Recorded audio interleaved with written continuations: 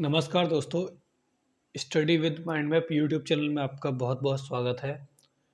तो आज का हमारा जो टॉपिक है वो है आपका संज्ञा। और इसके पहले हम जितने भी चैप्टर हमने कवर अप किए हैं, तो उसकी जो प्लेलिस्ट है वो आपको चैनल पे मिल जाएगी। तो जब हम संज्ञा की बात करते हैं, तो ऐसे शब्द जो कि किसी प्राणी के बारे में या फिर किसी वस्तु के बारे में या किसी स्थान के बारे में या फिर कहें कि किसी के भाव के बारे में ज्ञान कराते हैं, वो आपके संज्ञा शब्द कहलाते हैं। और जब हम बात करते हैं इसके प्रकार के बारे में, अगर हम संज्ञा को प्राचीन मान्यता के अनुसार बांटते हैं, तो 5 प्रकार की होती है। वहीं अगर हम आधुनिक मान्यता के हिसाब से बांटते हैं, तो वो 3 प्रकार की होती है। अगर हम इसको पंडित कामता प्रसाद गुरु के अनुसार बांटते हैं, तो वो 4 प्रकार की होती है। तो सबसे पहले देखते हैं प्राचीन मान्यता के अनुसार। तो इसमें सबसे पहला आता है व्यक्तिवाचक संज्ञा। तो जब हम व्यक्तिवाचक संज्ञा की बात करते हैं, तो जिससे किसी विशेष वस्तु, किसी विशेष व्यक्ति या किसी विशेष स्थान के नाम का बोध होता है, वो आपकी व्यक्तिवाचक संज्ञा होती है। जैसे किसी व्यक्ति का नाम हरि, सुरेश, सचिन आदि, या फिर किसी वस्तु का नाम जैसे कार, गीता, रामायण, या किसी स्थान का नाम ताजमहल, कुतुब मीनार। तो इस तरह के जो शब्द होते हैं, वो व्यक्तिवाचक संज्ञा के अंदर आते हैं। अर्थात जब हम व्यक्तिवाचक संज्ञा की बात करते हैं, तो हम वहाँ पे बात कर रहे होते हैं किसी एक बंदे के बारे में, किसी एक पर्सन के बारे में, किसी एक वस्तु के बारे में। जैसे रामायण, रामायण एक ही है, तो वहाँ पे हम इसको व्यक्तिवाचक संज्ञा बोलेंगे। वहीं मैं एक एग्जांपल लेता हूँ, गंगा। तो गंगा एक है, ये भी आपकी व्यक्तिवाचक संज्ञा में आएगी। वहीं मैं बात करता हूँ आपके महाभारत, ये आपकी व्यक्तिवाचक संज्ञा के अंदर आएगी। तो अगला आता है आपका जातिवाचक संज्ञा। तो जब हम जातिवाचक संज्ञा की बात करते हैं, तो ये वो शब्द होते हैं जो कि किसी प्राणी या वस्तु की समस्त जाति का बोध कराते हों, वो आपकी जातिवाचक संज्ञा होते हैं। जैसे अगर हम बात करते हैं गाय, तो गाय एक जाति है। इसके अंदर आपकी पहाड़ी गाय, हरियाणवी गाय, देसी गाय, जर्सी गाय, विदेशी गाय, ये सभी आती हैं। वहीं अगर हम बात करते हैं जैसे एक जानवर, जानवर एक जाति है और इसके अंदर कौन कौन सा आ सकते हैं, जैसे ऊंट आ सकता है, हाथी आ सकता है, आपका शेर आ सकता है। अर्थात कहने का मतलब है जितने भी जानवर आते हैं वो इस जाति के अंदर आ गए। वहीं जैसे हम नदियों की बात करते हैं, तो जितनी भी नदियां हैं वो आपकी नदी जाति जो है इसके अंदर आ गई। वहीं अगर हम पर्टिकुलर इसकी बात करते हैं, तो ये एक व्यक्तिवाचक हो जाएगा, क्योंकि ये जो गंगा है वो एक ही है, वो किसी एक गंगा के बारे में इंगित कर रही होती है। वहीं जो नदी होती है वो संपूर्ण जाति के बारे में बता रही होती है। अर्थात नदी का तात्पर्य है कि सभी नदियाँ, चाहे उसमें वो गंगा हो, चाहे वो यमुना हो, चाहे सरयू, ब्रह्मपुत्र आदि कोई भी नदियाँ संसार की, वो सभी नदी के अंदर आ जाएंगी। नेक्स्ट आता है आपका भाववाचक संज्ञा। जब हम भाववाचक संज्ञा की बात करते हैं, तो ऐसे शब्द जिनसे किसी वस्तु का या फिर किसी व्यक्ति के गुण, धर्म, दशा, इन सभी का बोध होता है, वो आपकी भाववाचक संज्ञा होती है। जैसे आदमी की एक दशा होती है, वो होती है आपका क्रोध, प्रसन्नता, प्रेम, आश्चर्य, ये सब भाव होते हैं।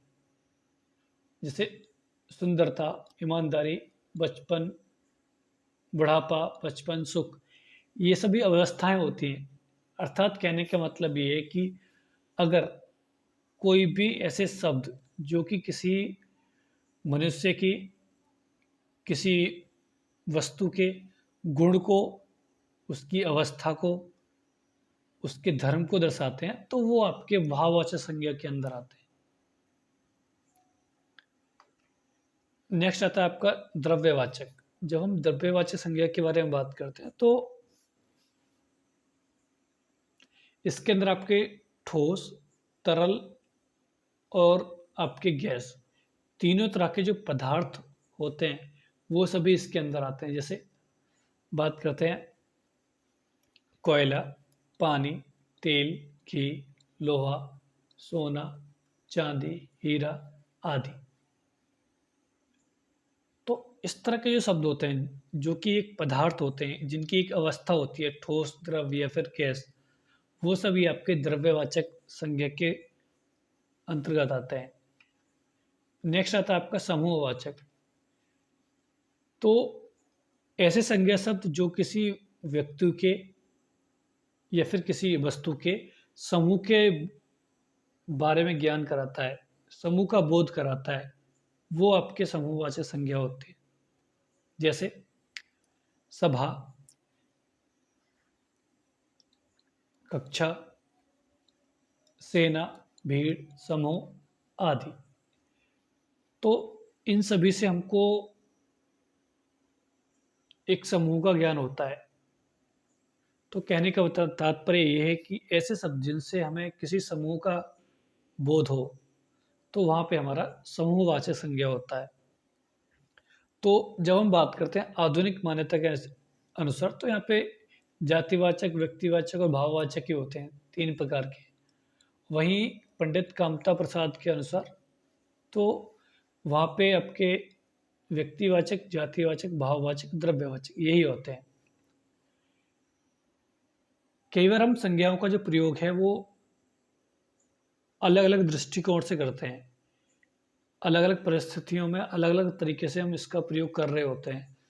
तो इसमें सबसे पहली जो परिस्थिति है वो इस तरह से बन सकती है कि कोई भी आपकी जातिवाचक संज्ञा हो और उसको हम व्यक्तिवाचक संज्ञा के रूप में प्रयोग कर रहे होंगे। जैसे गोस्वामी द्वारा लिखित विनय पत्रिका ब्रज में लिखी गई है, अर्थात ये जो शब्द है गोस्वामी, ये किसी जाति को इंगित करता है। वहीं जब हम बात करते हैं गोस्वामी तुलसीदास द्वारा लिखित विनय पत्रिका ब्रज में लिखी गई है, तो ये जो शब्द है आपका, ये किसी एक व्यक्ति के लिए इंगित करता है जो कि कवि है। तो वहीं हम इस सेंटेंस को इस तरह से लिख देते हैं, तो ये आपका होता तो जातिवाचक है, बट ये जो वाक्य है लिखा जाता है आपका व्यक्तिवाचक की तरह। तो दूसरा सिनेरियो इसमें ये बन सकता है कि कोई आपका व्यक्तिवाचक संज्ञा हो और उसको हम जातिवाचक के रूप में प्रयोग कर रहे होंगे। जैसे देश को आज भी जयचंदों से हानि है। तो यहाँ पे जो जयचंद है वो एक पर्टिकुलर व्यक्ति है, और हमने ऐसे व्यक्ति जो दगा करते हैं उनको जयचंद का नाम दे दिया, अर्थात उसको एक जाति बना दिया।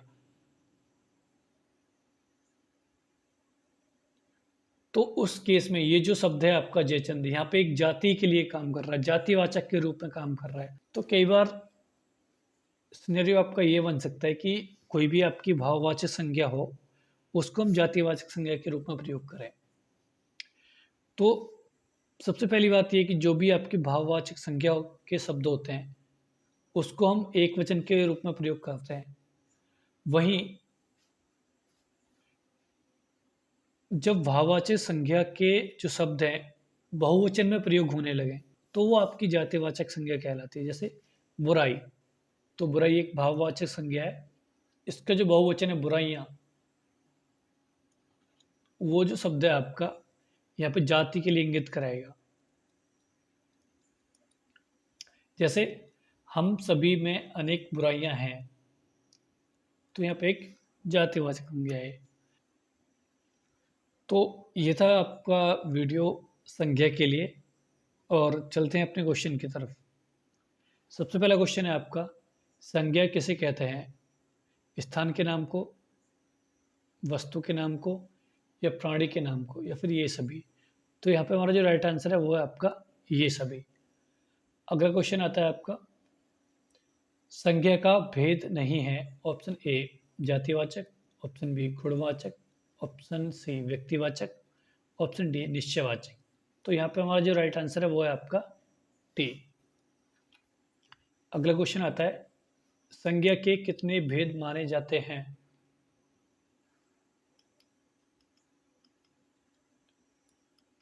Option A 4, option B 2, option C 7, या ऑप्शन डी 5।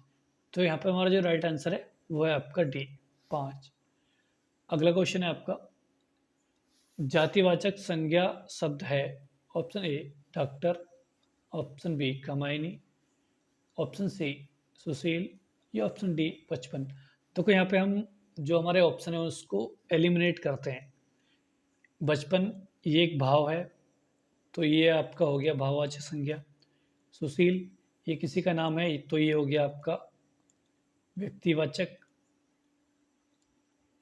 कामायनी इसको छोड़ देते हैं। डॉक्टर, डॉक्टर में आपका एक सर्जन होता है, फिजियो होता है,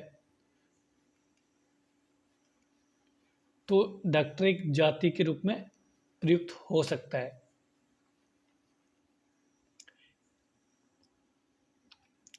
नेक्स्ट आता है आपका, यमुना किस प्रकार की संज्ञा है? ऑप्शन ए द्रव्यवाचक, ऑप्शन बी समूहवाचक, ऑप्शन सी जातिवाचक, या ऑप्शन डी व्यक्तिवाचक। तो यहाँ पर हमारा जो राइट आंसर है वो होगा आपका डी व्यक्तिवाचक। अगला क्वेश्चन आता है, कौन सा शब्द जातिवाचक संज्ञा नहीं है? ऑप्शन ए जवान, ऑप्शन बी बालक, ऑप्शन सी सुंदर, या ऑप्शन डी मनुष्य। तो यहाँ पर हमारा जो राइट आंसर है वो है आपका सी सुंदर। ये एक भाववाचक संज्ञा है। अगला क्वेश्चन है आपका, कौन सा शब्द भाववाचक संज्ञा है? ऑप्शन ए ऊंचा, ऑप्शन बी ऊंचाई, ऑप्शन सी कुशल, या ऑप्शन डी गहरा। यहाँ पे हमारा जो राइट आंसर है वो है आपका बी ऊंचाई। अगला क्वेश्चन है, तुम्हें धोखा नहीं देना चाहिए था, वाक्य में धोखा शब्द है। ऑप्शन ए जाति, ऑप्शन बी व्यक्ति, ऑप्शन सी भाव, या ऑप्शन डी समुदाय। तो यहाँ पर हमारा जो राइट आंसर है वो है आपका सी। नेक्स्ट क्वेश्चन है, कौन सा शब्द भाववाचक संज्ञा नहीं है? ऑप्शन ए मिठाई, ऑप्शन बी चतुराई, ऑप्शन सी लड़ाई, या ऑप्शन डी उतराई। तो यहाँ पर हमारा जो राइट आंसर है वो है आपका ए मिठाई। अगला क्वेश्चन है, बुलाना से भाववाचक को पहचानिए। ऑप्शन ए बुला, या ऑप्शन बी बोलना, या ऑप्शन सी बुलावा, या फिर ऑप्शन डी इनमें से कोई नहीं। तो यहाँ पे हमारा जो राइट आंसर है वो है आपका सी बुलावा। ये जो शब्द है बुलावा वो है आपका भाववाचक संज्ञा। तो ये था वीडियो आपका संज्ञा के लिए। अगर वीडियो आपको अच्छा लगा है तो वीडियो को लाइक करिए, चैनल को सब्सक्राइब करिए। मिलते हैं आपको नेक्स्ट वीडियो में। धन्यवाद।